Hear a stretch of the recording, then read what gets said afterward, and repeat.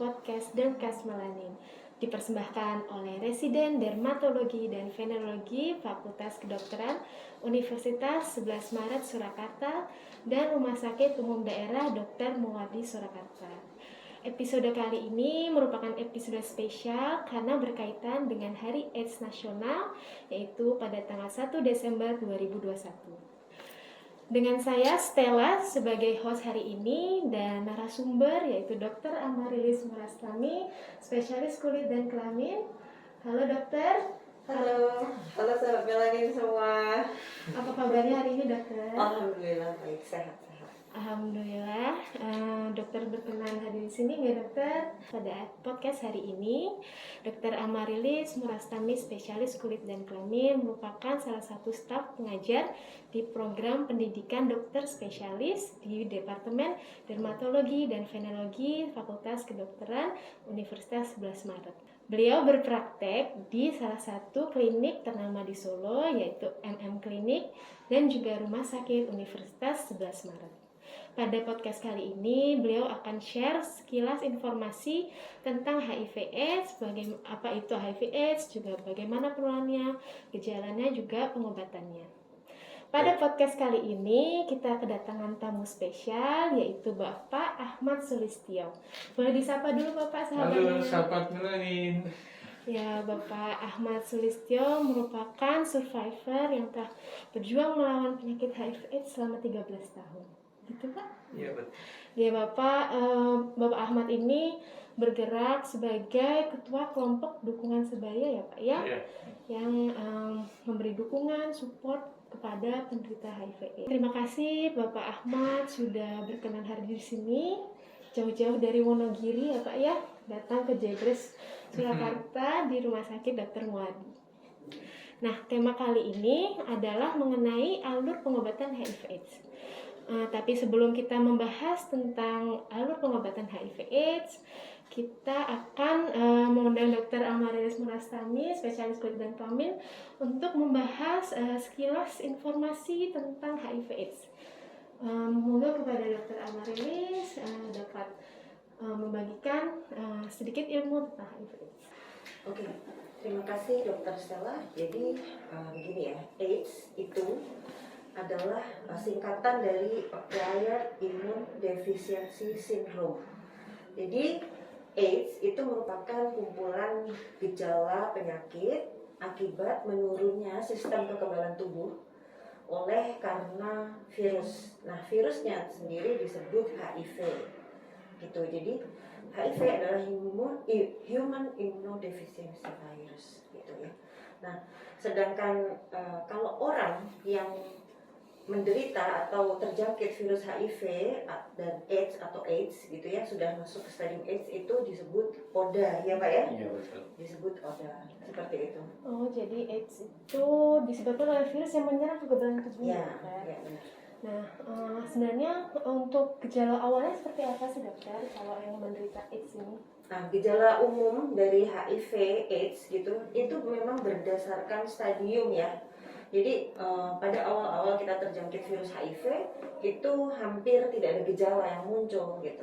Jadi ya seperti orang biasa gitu, cuman dia punya virus HIV tersebut. Nah, sedangkan orang yang sudah terjangkit virus HIV itu memang virus tersebut akan berada di dalam tubuh penderita terus gitu ya Pak ya. Jadi seumur hidup dia mempunyai virus HIV. Nah, kemudian saat HIV itu semakin berkembang di dalam tubuh gitu ya, orang yang terinfeksi itu akan menghilang, kehilangan kekebalan tubuh gitu, sehingga seperti kita tahu kalau misalnya daya tahan tubuh kita menurun gitu, apalagi dia kalau misalnya kena virus HIV kan sangat rendah ya kekebalan tubuhnya. Nah, maka si orang tersebut atau pasien tersebut akan mudah terserang penyakit gitu, dan semakin hari memang semakin banyak penyakit-penyakitnya gitu ya. Nah, terus gejala umum yang biasa menyertai itu biasanya demam, lelah gitu ya, kecapean atau nyeri-nyeri otot gitu, kemudian ada sakit tenggorokan, sakit kepala gitu, terus penurunan berat badan gitu, terus kadang ada batuk, keringat malam, dan jadi gejala umumnya itu sebenarnya berdasarkan penyakit yang menyertai orang tersebut gitu. Tadi berarti sudah disebutkan gejalanya awalnya malah nggak ada ya dokter, hampir tidak ada. Iya, tapi kalau misalnya udah masuk ke stadium AIDS itu ya kita biasanya menandai itu 2 dari 3 gejala utama, yaitu demam berkepanjangan yang lebih dari 3 bulan biasanya, terus kemudian dia diare kronis itu biasanya lebih dari 1 bulan berulang-ulang ataupun terus-menerus jadi diare. Terus kemudian penurunan berat badan lebih dari 10% dalam waktu 3 bulan. Nah kemudian ada juga gejala-gejala yang menyertai, itu namanya kita namakan gejala minor ya. Itu ditemukan dari 1 dari 5 gejala, yaitu misalnya batuk berlangsung selama lebih dari 1 bulan, terus kemudian infeksi pada mulut dan tenggorokan, terutama biasanya disebabkan oleh jamur Candida kan. Terus kemudian ada limfadenopati atau pembengkakan kelenjar getah bening itu di seluruh tubuh gitu ya, kelenjar getah bening. Terus kemudian kadang-kadang terjadinya muncul herpes zoster ya. Herpes zoster itu adalah aktivasi virus varicella zoster. Jadi dia kalau kita sebutnya dompo ya kalau misalnya di sini gitu ya. Dan itu berulang-ulang gitu. Terus kemudian adanya bercak-bercak gatal di seluruh tubuh seperti itu. Nah, tadi Dokter Amari sudah menyebutkan bahwa gejala awalnya masih samar-samar nih dokter. Jadi gejalanya tidak jelas. Nah, sebenarnya penularannya seperti apa sih dok supaya masyarakat tuh lebih aware apakah tindakan mereka berisiko atau tidak? Ya, cara penularan virus HIV atau AIDS ini biasanya secara garis besar memang melalui 3 ya. Jadi melalui cairan senggama atau melalui kontak seksual, kemudian melalui darah dan melalui transmisi dari ibu ke anaknya.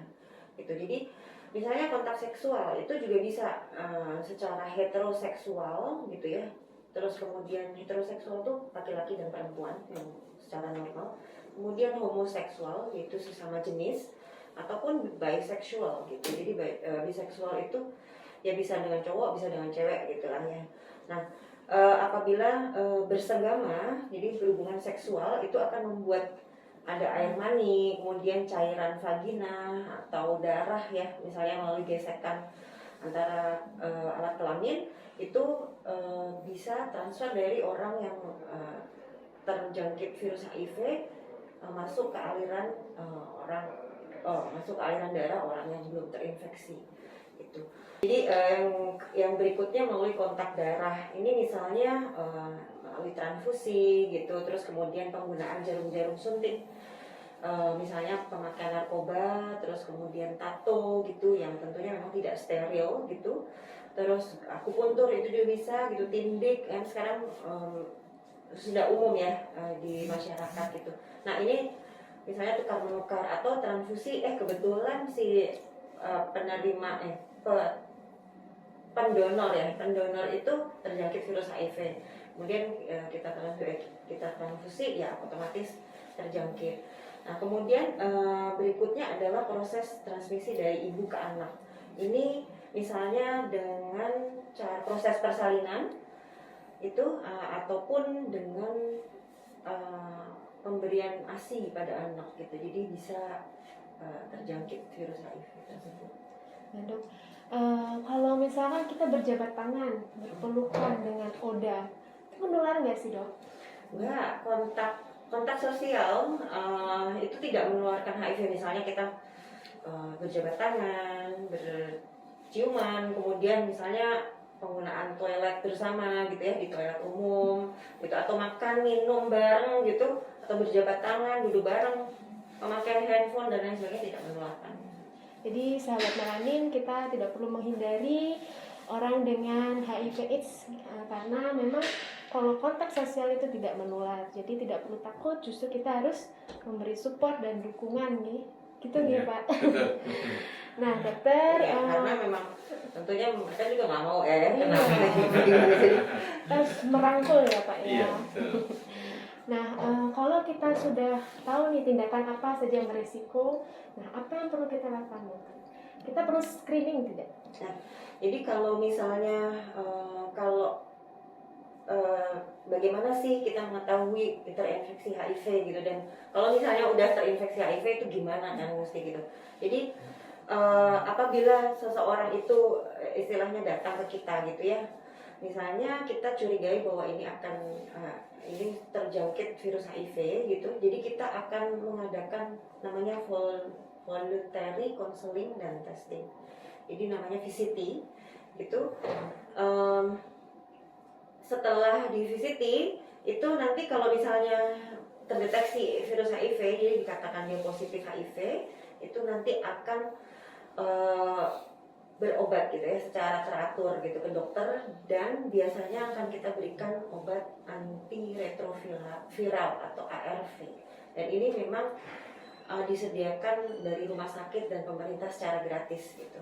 Nah kemudian nggak begitu aja, selain minum obat teratur, nggak maksudnya kalau misalnya jadi biasanya di VCT itu akan kita berikan obat ARV, tapi memang harus dengan komitmen ya Pak ya, Iya, komitmen betul. bahwa dia akan minum ARV itu seumur hidup gitu.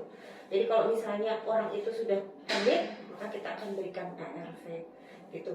Terus kemudian kita juga akan melakukan pendampingan keluarga gitu, kemudian support gitu dari orang-orang sekitar, ataupun memang dari apa ya kayak kelompok ya, Kelompok Iya. dukungan seperti Iya, apa? supaya. itu juga ada gitu.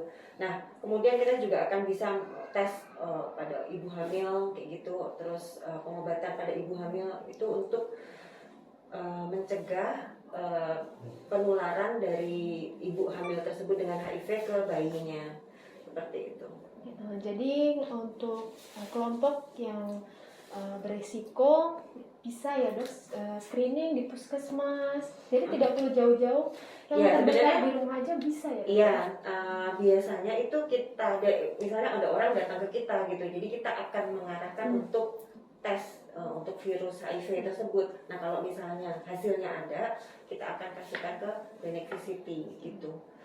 Tapi kalau misalnya orang-orang mulai dengan gejala dan istilahnya dia bertanya-tanya aku punya virus HIV atau enggak gitu, bisa sih dites di laboratorium gitu, mau di puskesmas bisa, dari apa namanya puskesmas atau laboratorium yang ada di masyarakat itu bisa.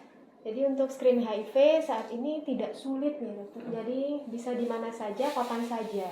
Jadi segera bagi yang melakukan kegiatan berisiko bisa segera screening di tempat terdekat ya dokter. Iya, karena ya memang virus itu bisa menetap dari mulai bisa bertahun-tahun gitu ya ada. Jadi baru terdeteksi lebih dari 10 tahun baru terdeteksi adanya virus tersebut, itu bisa gitu.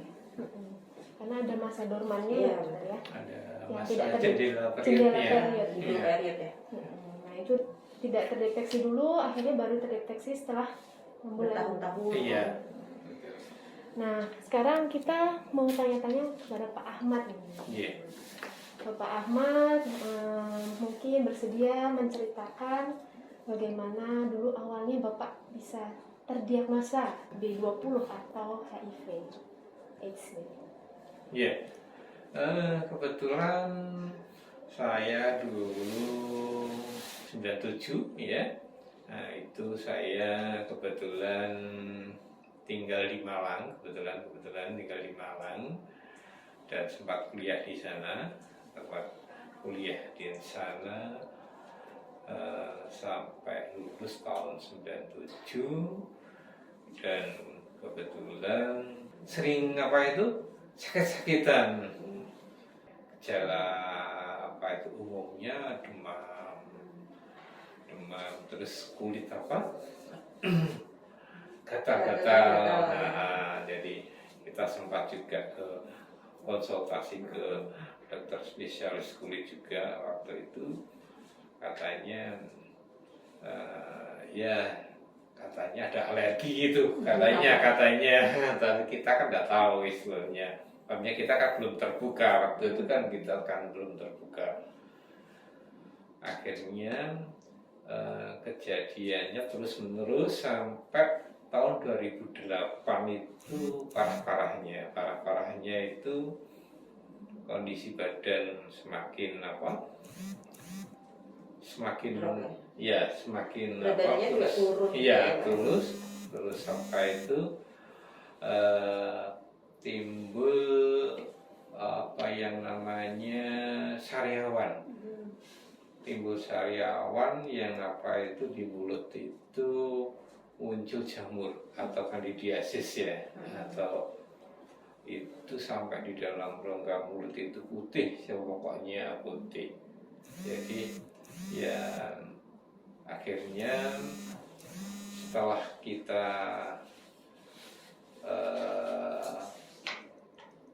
dari itu saya resign dari pekerjaan karena sering sakit-sakitan. Akhirnya saya pulang ke kota Kediri. Di kota Kediri, tapi juga belum punya pikiran kalau istilahnya terjangkit HIV itu belum punya terpikirkan untuk itu. Nah, kalau boleh tahu Pak, kalau pada waktu di Malang itu resign, Bapak ngajar apa sih Pak? saya kebetulan mengajar apa itu statistik. Oh, statistik. Iya. Mahasiswa universitas. Iya, Oh. di Oh, statistik. Nanti bisa konsul. Nah, terus waktu pulang ke Kediri kan Bapak memutuskan resign kan ya? Iya. Terus pulang ke Kediri di Malang itu tidak pernah dicek misalnya darahnya gitu. Misalnya kan Bapak periksa. Iya. Itu memang belum pernah disuruh cek darah gitu ya Pak ya? Dia cuma cek darah, cuma dilihat apa itu aja, istilahnya karena gatal gitu aja. Bilang alergi. Alergi ya. gitu aja, tapi enggak mengarah ke apa itu HIV ya. Belum lazim kali ya Pak? Iya, belum. Tahun-tahun itu kan belum. Karena memang gejalanya nggak ada itu tadi. Iya. Tidak spesifik. Ya, spesifik waktu itu kan belum timbul belum timbul sariawan. Waktu Jadi timbul sariawan juga tidak diarahkan ke sana. baru setelah apa itu sariawan di Kediri itu sekian bulan baru muncul apa demam terus sampai timbul sariawan. Demam terus itu tuh kayak misalnya badannya hangat terus atau memang demam benar gitu Pak? Demam apa itu kalau malam itu demam terus rambut rontok. Rambut itu rontok, jadi seperti keringat dingin juga itu seperti keringat dingin juga. Nah, kasusnya seperti itu. Jadi seperti itu. Jadi rambut rontok terus mulai timbul apa itu sariawan ya, bercak putih itu. Saya kira biasa juga sih. Sampai saya belikan apa itu obat apa itu untuk sariawan, tapi kok tidak sembuh-sembuh. Nah, terus akhirnya saya tuh konsultasi dengan keluarga, akhirnya di Kediri itu, terus saya diajak ke apa itu di Poli Paru, di Poli Paru ya, di Poli Paru. Setelah itu dokter melihat apa itu, setelah dicek kok itu, akhirnya saya diarahkan ke Polivct kebetulan itu di RSUD Gambiran Kediri ya.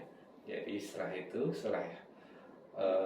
dilakukan apa itu pengecekan di VCT itu, diambil darahnya dan nunggu ya sekitar 30 menit hasilnya keluar. Dan tapi sebelum apa itu Keluar hasilnya. ya itu kita dikonseling dulu.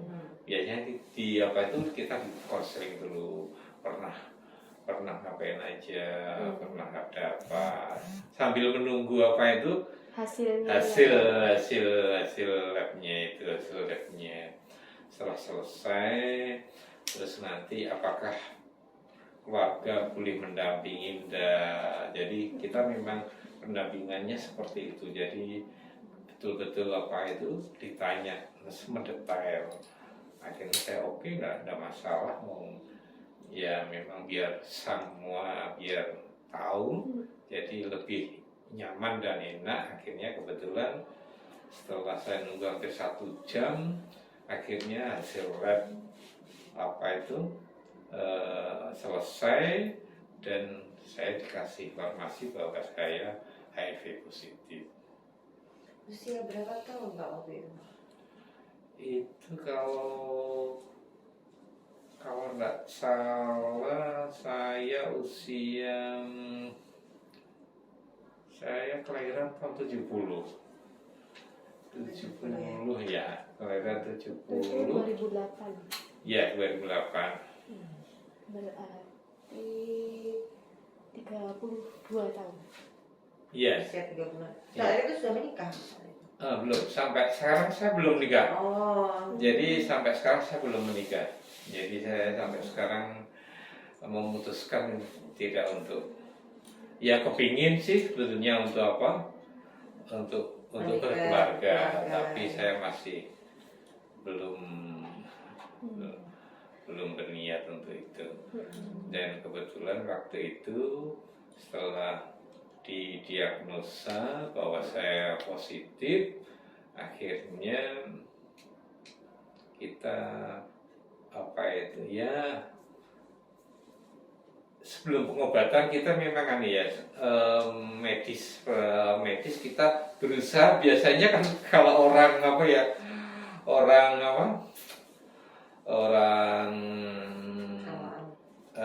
iya itu kan biasanya kita herbal dulu lah, biar apa itu alternatif dulu. Pasti ada penolakan dalam diri gitu ya Pak? Kalau penolakan enggak, cuma tapi kita mencari alternatif daripada apa itu medis, kita herbal dulu lah.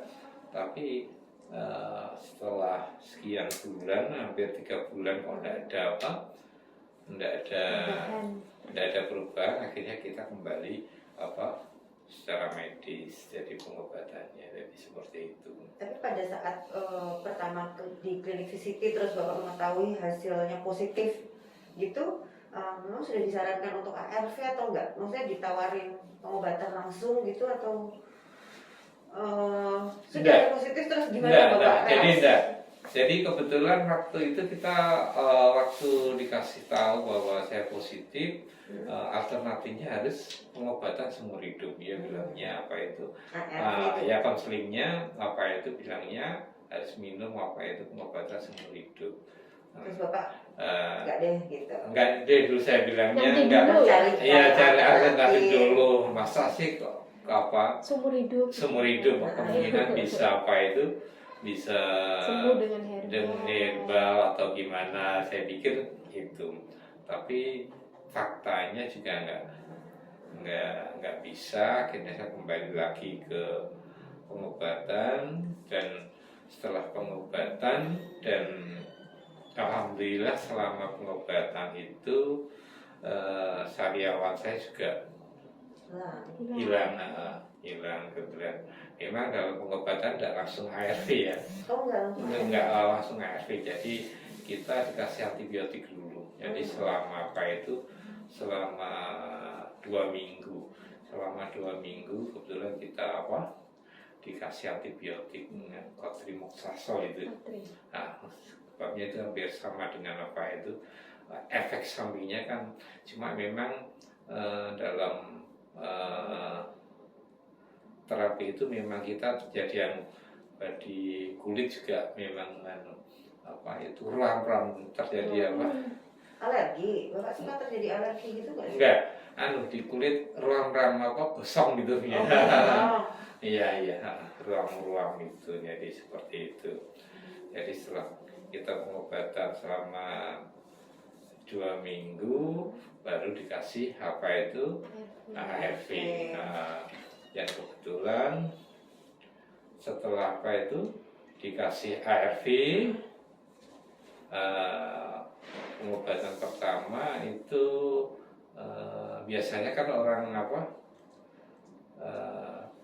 HIV itu pengobatan pertama itu kan biasanya dikasih yang pertama itu, yang viral itu. Nah kebetulan waktu saya dikasih itu dalam waktu 1 bulan malah kondisi saya semakin drop lagi dan Dropnya gimana Pak dropnya? Apa gitu yang dirasakan? HB-nya turun sampai ke 3. Angka 3. Iya, 3.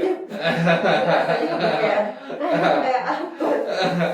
Jadi udah lemes, nggak apa itu, nggak kuat apa-apa udah. Tengah banget ya. Iya. Akhirnya masuk rumah sakit. Obatnya diganti nih Pak ya? Tapi itu di stop dulu. Stop dulu. Stop dulu pengobatan dulu. Harus di pengobatan awal lagi. Pada setelah HB-nya mulai normal, diobati lagi babnya. Dulu itu ada obat, saya lupa namanya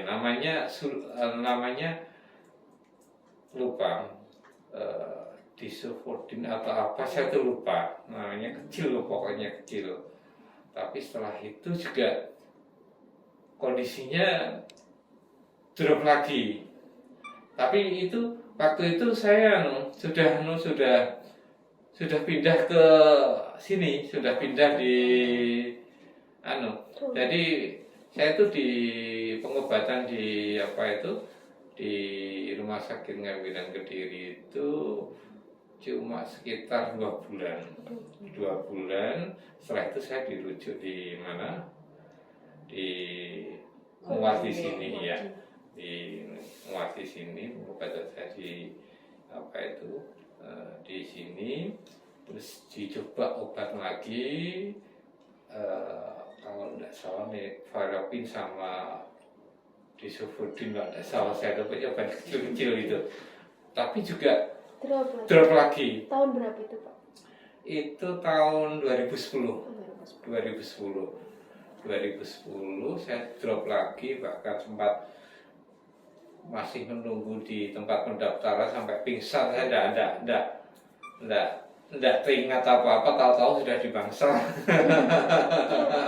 HB-nya turun lagi. Itu HB-nya itu tinggal 2, tidak salah. Tinggal 2. Terus habis itu ganti obat lagi ya. Setelah ganti ARV lagi, baru sama dokter Qatar ada salah, itu dikasih namanya tenofovir itu. Jadi istilahnya tenofovir amidin sama efaviren. Itu mulai agak enak lagi, stabil. Jadi sampai itu tahun 2010. Iya, 2010. Nah, kebetulan waktu tahun 2013 itu saya kan banyak kegiatan aktivitas, yes, pokoknya namanya orang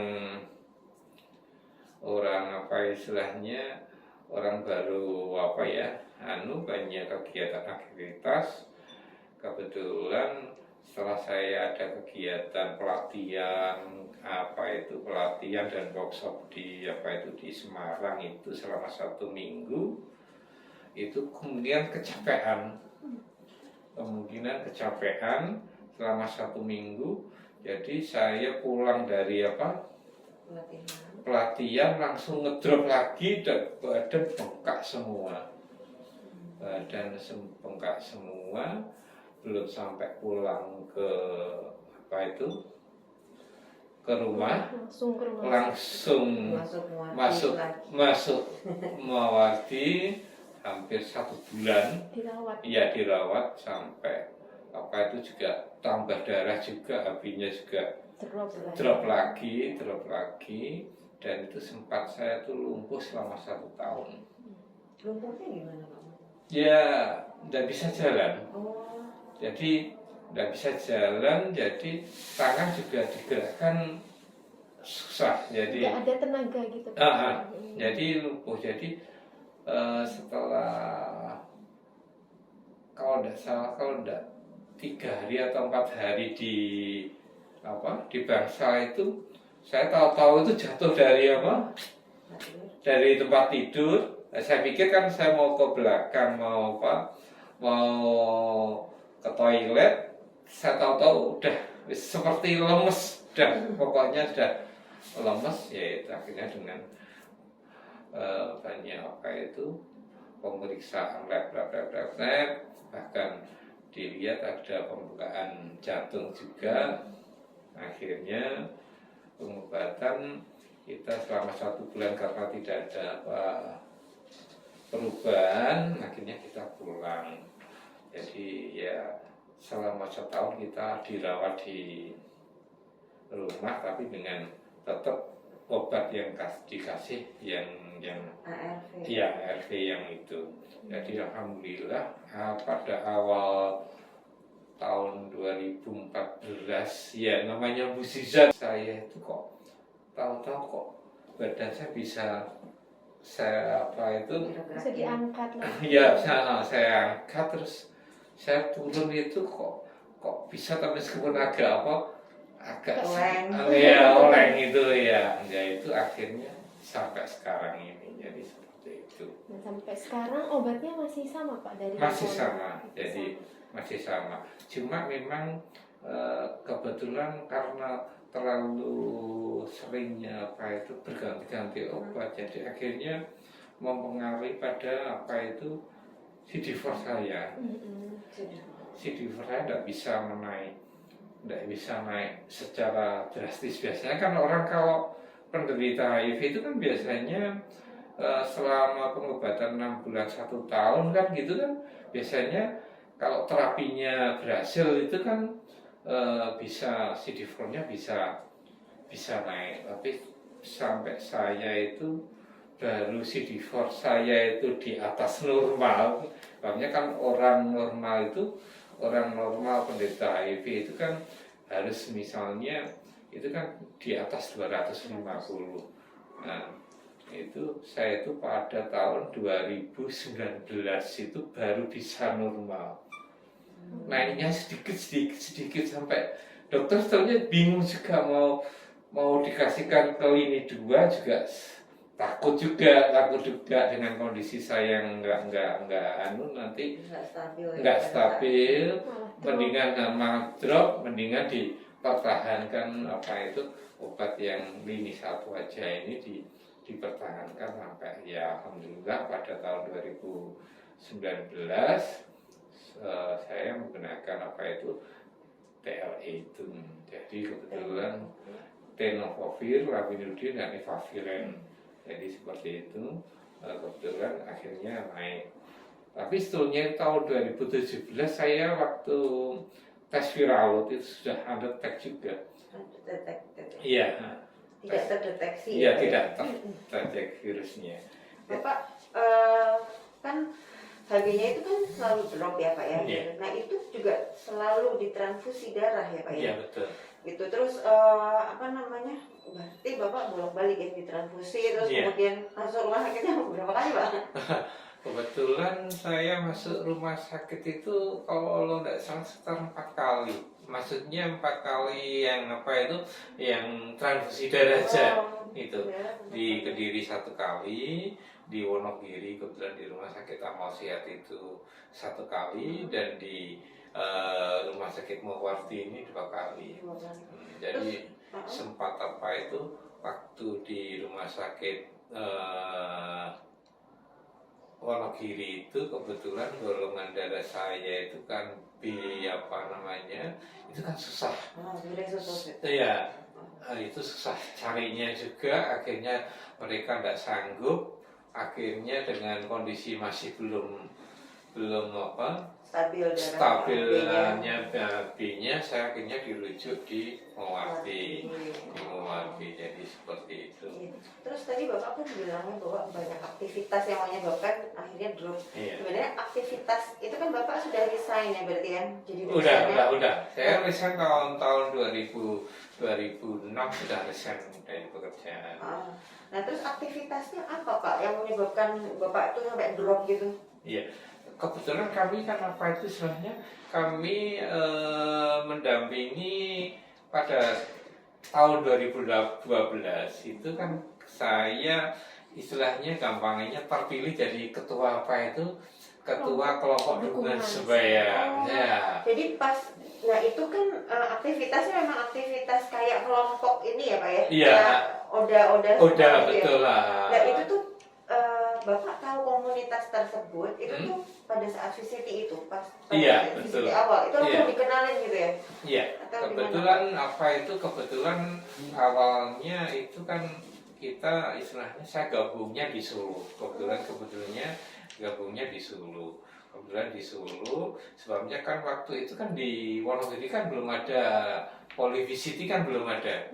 Akhirnya pada tahun 2012 apa itu akhir saya di Wonogiri apa itu ada Polivisiti dan kami mendirikan tidak gabung lagi di mana di Solo, kami mendirikan sendiri di Wonogiri. Apalagi kan kebetulan di Wonogiri medannya kan juga luas, jadi kami istilahnya kita bergerilya dari teman-teman sesama pengurus untuk apa itu mendampingi apa itu teman-teman. Namanya kan gini, rata-rata orang yang terinfeksi HIV itu kan gini, biasanya mereka kalau sudah merasa enak, sehat, itu biasanya dia berhenti, putus obat. Jadi intinya seperti itu.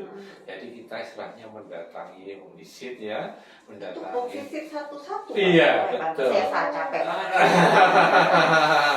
Jadi mendatangi agar mereka apa itu mau kembali ke layanan untuk apa? Untuk pengobatan lagi. Itu tapi nggak ada yang kayak misalnya gathering gitu Pak, perkumpulan nanti ada acara misalnya gitu tuh nggak ada ya? Jadi Bapak yang datang gitu atau? Enggak, kita yang datang memang. Jadi kayak apa ya? Apa sih namanya gathering itu kelompok? Jadi nanti kayak ada undangan acara misalnya acara untuk wilayah hari apa Oda atau AIDS gitu. Iya, enggak. Kumpulin gitu. Enggak. Jadi kita memang apa itu rata-rata kan mereka itu teman-teman Oda itu kan kelemahannya itu kan gini. Kalau mereka merasa sudah terinfeksi, dia takut terstigma dan menutup diri. Jadi seperti itu. Padahal itu stigma dan diskriminasi terusnya dari diri kita sendiri. Sama seperti saya sendiri. Saya dulu itu waktu pulang di Wonogiri itu, ya, pulang di Wonogiri itu, saya juga terstigma dan terdiskriminasi hampir sekitar 3 bulan sampai 4 bulan itu tetangga itu nggak mau apa. Bapak tuh terbuka bahwa Bapak itu saya terbuka. Ada yang istilahnya ada yang tidak mau diketahui gitu ya. Saya memang terbuka, saya terbuka. Ya mendekat aja sudah mau, jadi tapi saya cuek-cuek aja pokoknya. Masa bodoh lah istilahnya. Iya, kalau Bapak masa bodoh. Tapi ada yang beberapa orang jadi stres sendiri. Iya. Itu kan semakin menekan daya tahan tubuh ya. Iya, betul. Makanya itu kan nanti kan kalau apa itu pentingnya kelompok Bapak itu ya. Iya, jadi istilahnya jadi kelompok kami itu memberikan motivasi apa itu bukan mereka itu mau lagi, semangat hidup lagi, berkarya lagi, kalau dia bisa normal lagi, bisa bekerja lagi. Jadi intinya juga gitu. Tapi keluarga support banget ya. Iya, betul. Iya. Nah, Bapak kan tadi Bapak menyebutkan bahwa dari 2014 sampai sekarang obatnya masih sama Ya, dan penyakitnya alhamdulillah stabil ya Pak ya. stabil. Dan alhamdulillah selama pengobatan ARV setelah ganti terakhir itu bahkan saya tidak pernah jarang sakit malahan. Iya, Itu poin penting ya buat masyarakat Iya. bahwa penyakit ini bisa dikontrol ya Pak. Iya, dikontrol, ditekan lah istilahnya virusnya. Nah, tadi sempat disebut nih viral load-nya sempat tidak terdeteksi. Nah, Iya. apa sih Pak artinya itu? Mungkin Iya. bisa di-share untuk. Ya, biasanya itu dokter akan melihat apa itu CD4 mereka, CD4 mereka atau sel darah putih mereka, Jumlahnya ya. jumlahnya berapa, babnya itu untuk menentukan apa itu pengobatan, ARV. ya ARV-nya. Jadi melihat CD4-nya, babnya kalau orang normal, istilahnya orang normal itu CD4-nya harus di atas 300, jadi 300 ke atas. Jadi seperti itu. Jadi untuk menentukan obat ARV-nya itu biasanya harus CD4-nya ya, babnya kalau di bawah 300 itu udah masih fasenya fase AID, jadi fasenya fase AID. Jadi kalau sudah 300 ke atas ya ODIF lah istilahnya, gampangnya orang dengan HIV. Jadi seperti itu dengan HIV. Nah, biasanya kalau terapi ARV-nya apa itu berhasil, itu antara 6 bulan sampai 1 tahun. Itu 1 tahun itu biasanya jumlah virusnya akan tidak terdeteksi. Artinya bahwa terapi ARV itu kalau kita betul-betul apa istilahnya melakukan secara teratur dan sesuai dengan petunjuk, insya Allah kalau kita dilakukan tes viral load, istilahnya jumlah virus kita akan tidak terdeteksi. Jadi tes viral load itu untuk mendeteksi jumlah virus yang ada di dalam tubuh penderita HIV. Jadi kalau viral load-nya tidak terdeteksi, itu tandanya kayak udah normal gitu ya? Iya, iya. Jadi tetap bisa berhubungan seksual, mempunyai anak. Sebetulnya gini, sebetulnya itu juga kita nggak boleh salah juga ya. Meskipun kita sesama penderita HIV, ya, misalnya melakukan hubungan seksual, itu juga tidak boleh lepas dari pengaman. Tetap harus pakai pengaman, babnya biar tidak terjadi mutasi virus. Babnya kita sesama penderita HIV itu kan tidak sama sama virusnya di dalam tubuhnya, dan obatnya juga tidak berbeda-beda. Setiap pasien A, B, C itu juga beda. Biasanya seperti itu. Biasanya kalau kita dalam pengobatan 1 tahun, 2 tahun itu sebetulnya yang normal. Babnya kalau seperti CD4 itu kan itu tesnya itu berkala. Jadi setiap 6 bulan, kalau 6 bulan bagus, naik, itu setiap nanti bisa per tahun. Kalau sudah per tahun bisa mempertahankan, berarti kondisinya bagus, itu CD4-nya berarti bisa sampai 1.500. Jadi seperti itu. Jadi tes viral load itu juga itu bisa untuk melihat sukses tidaknya terapi. Sebabnya kalau kita sudah terapinya bagus, ya, minum ARV-nya bagus, tapi setelah dites viral load dan masih banyak virusnya, jumlah virusnya juga banyak, akhirnya kita biasanya dokter curiga juga. Oh, berarti kalau ini sudah masuk ke lini 1, obat lini 1 sudah tidak berhasil, berarti masuk pengobatan ke lini 2. Jadi seperti itu. Dan kebetulan kalau untuk pengobatan lini 2 itu yang ada di Rumah Sakit Muwardi. Ya. sehari-hari berarti sekarang sehat ya Pak? Alhamdulillah sehat. Tidak ada Dan gejala apapun? tidak ada gejala apapun. Juga saya kebetulan bisa bekerja kembali. Dan apa itu kebetulan saya bekerja di Yayasan Mitra Alam, juga apa itu bernaung pada apa itu orang HIV ya. Jadi kami istilahnya mendampingi desa-desa. Jadi mendampingi desa, pendamping apa itu mendampingi di desa-desa untuk mau mendirikan WPA, Warga Peduli AIDS. Keren. Nah, mungkin dari cerita Pak Ahmad ini kita bisa simpulkan bahwa ya tidak apa-apa jika memang terdiagnosa HIV, tidak perlu takut. Saat ini sudah ada pengobatannya dan penyakitnya bisa dikontrol ya Pak ya. Iya, betul. Kalau Bapak pengalamannya pengobatan di Muardi itu bagaimana Pak? Jadi apakah terpuaskan gitu atau alurnya gitu loh, bagaimana, apakah itu mudah atau susah gitu alurnya? Ya, alhamdulillah pengobatannya di Mawarti selama saya berobat di Mawarti alhamdulillah cukup bagus. Ya, cukup bagus.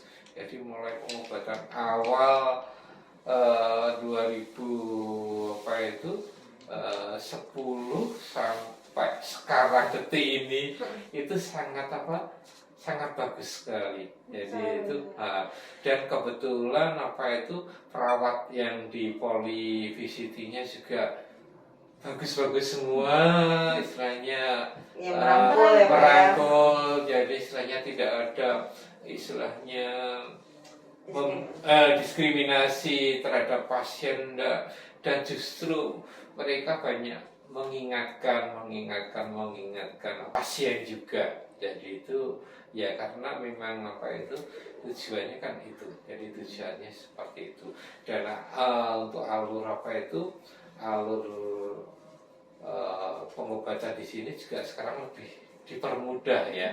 Dulu kan harus mengantri lama, sekarang dengan sudah adanya online ya, dengan kemajuan itu kita mau apa itu kontrol besok kita sudah bisa booking untuk apa itu untuk pendaftaran. Jadi kita datang nggak usah ngantri berjubel seperti dulu itu kan berjubel sampai saya tuh kalau berangkat dulu itu sampai jam 5 dari Wonogiri berangkat jam 12 baru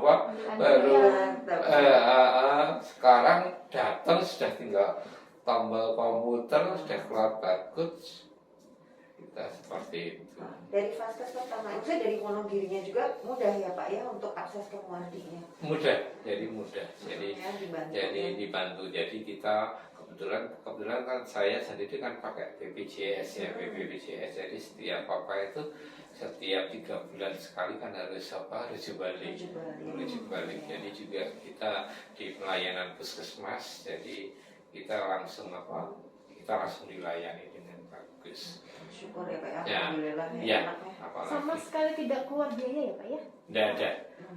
Jadi semua di cover sama BPJS. Jadi seperti itu.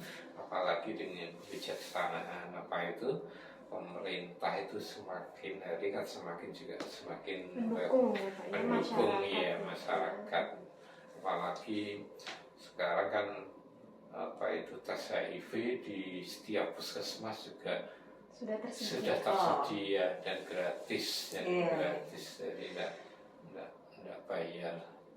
Jadi cukup mudah ya kalau misalnya kita merasa karena melakukan cek berisiko, tindakan yang berisiko misalnya tato atau jarum suntik yang bergantian, pakai narkoba.